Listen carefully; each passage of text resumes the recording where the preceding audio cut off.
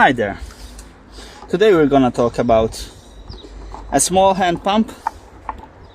Let me bring a bucket of water so you'll see it in action. So here we have the pump.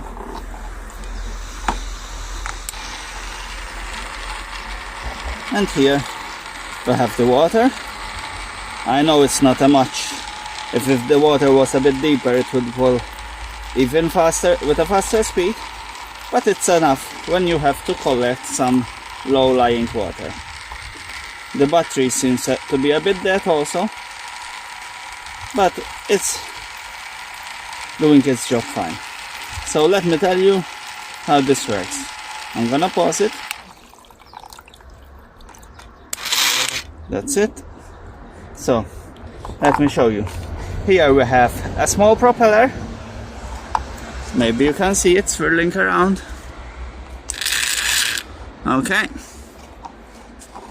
Here we have the outlet for the water. And inside it takes two batteries. It takes two large batteries, size D. And usually, if taken care of, for example, after using them, I usually loosen the cap so that they don't discharge on their own, like this. I'm pushing it on and off and it's still not working, so that when I store them, they do fine. Usually it gets stuck a bit because it's been used. It hasn't been used for a long time, but once it gets going, it will do. So usually I store them a bit open, the case, and these are great. They can be used for fuel. There are various types, so choose one which is adapted for fuel. They can be used for other things.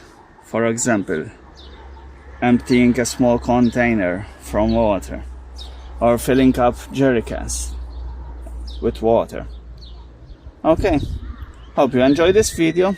If so, subscribe and give us a thumbs up.